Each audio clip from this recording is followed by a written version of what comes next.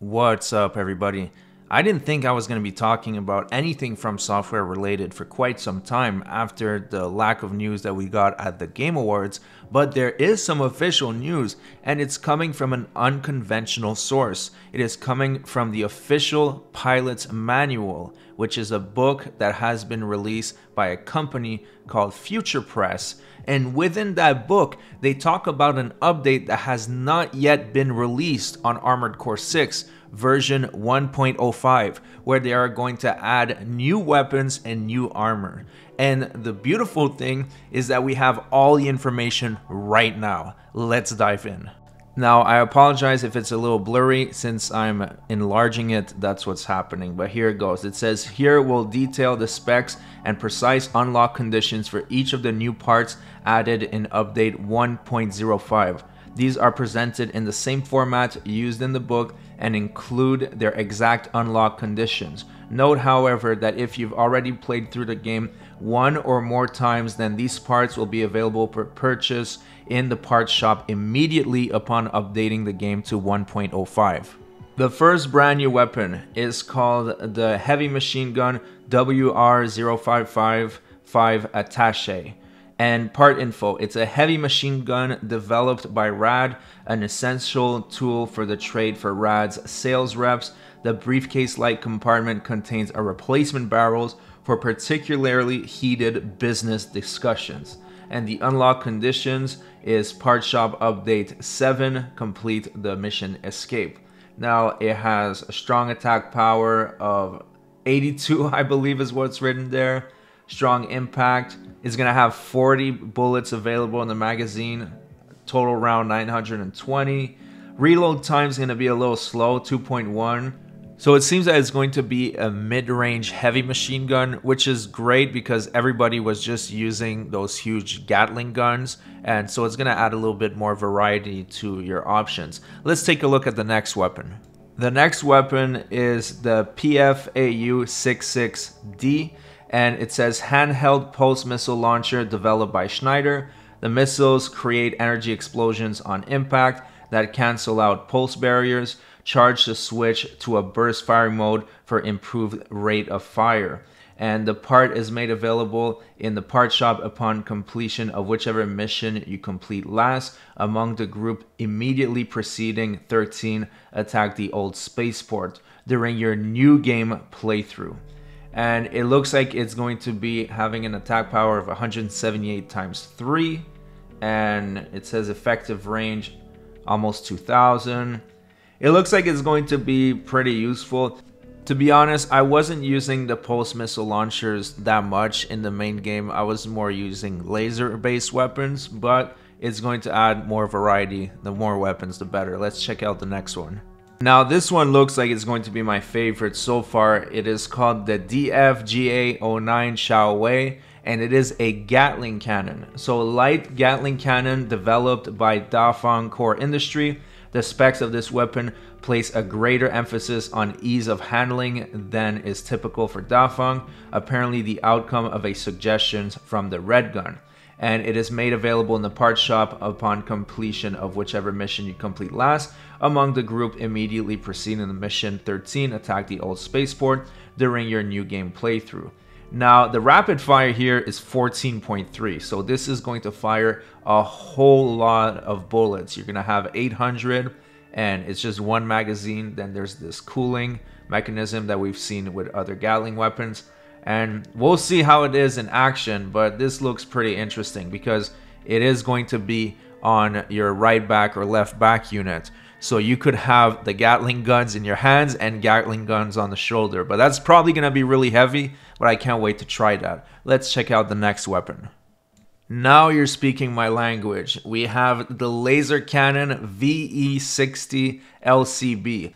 Part info, variable laser cannon designed by Arquebus ADD. Linked high-capacity condensers take the output of this weapon to new extremes. Charge the power-up shot, leaving a damage trail in their wake. And the unlock conditions is Part Shop Update 7, Complete Escape. Now take a look at this. Attack power 1200. 12 motherfucking hundred. This shit is going to pack a punch. big time.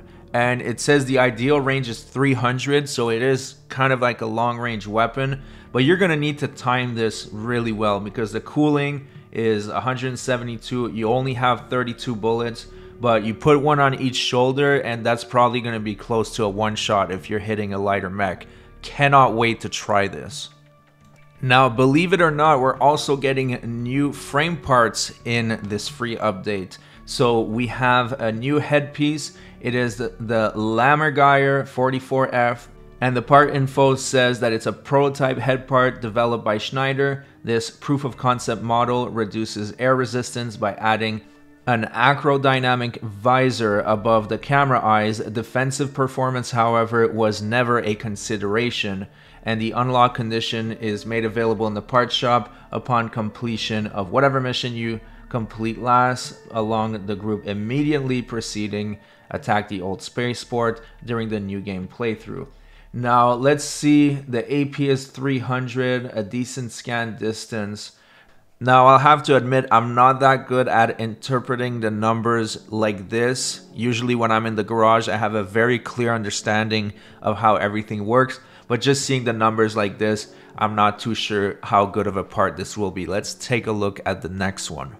Now this one is another Lammergeier 40F. Now it's a prototype core developed by Schneider. This model strives for a lightweight build to the point of exposing the core block itself, putting Schneider's daring engineers' showmanship above pilot safety. So just by the description and the numbers here, it looks like it's going to be a glass cannon build. The unlock condition is the exact same as many of the new items that are available in this new patch. Let's take a look at the arms. Once again, it's a Lammergeier 46F. Prototype arms developed by Schneider. Development was influenced by Arquebus HQ, which vetoed an early plan to treat the front legs of the Lammergeier tetrapod frame as arms, or more accurately, wings. And it's the same unlock conditions. Once again, it looks like it's going to be a very light build. Let's take a look at the legs. So for the legs, it says Lammergeier 42F, prototype tetrapod legs developed by Schneider. The distinctive transforming front limbs of this model are built to improve aerodynamics performance, part of a design dogma that focuses only on speed in the air. Very interesting, because I thought a more tetrapods option would be great. I found them pretty heavy, and the fact that they're going with an ultra light model, that's going to be very interesting. I can't wait to see it in practice. Now finally, we have one more page to look at, and it says that there are weapon and part spec changes. Update 1.05 introduced some additional balance changes that we'll cover starting on page 3 of this PDF. These changes involve the adjustment of certain weapons and part specs to improve the balance within some parts categories. All such changes apply to both single and multiplayer gameplay. Now you have the list of all the weapons and parts that have been changed, but we don't have access to the actual changes. So we'll just have to wait and see for that.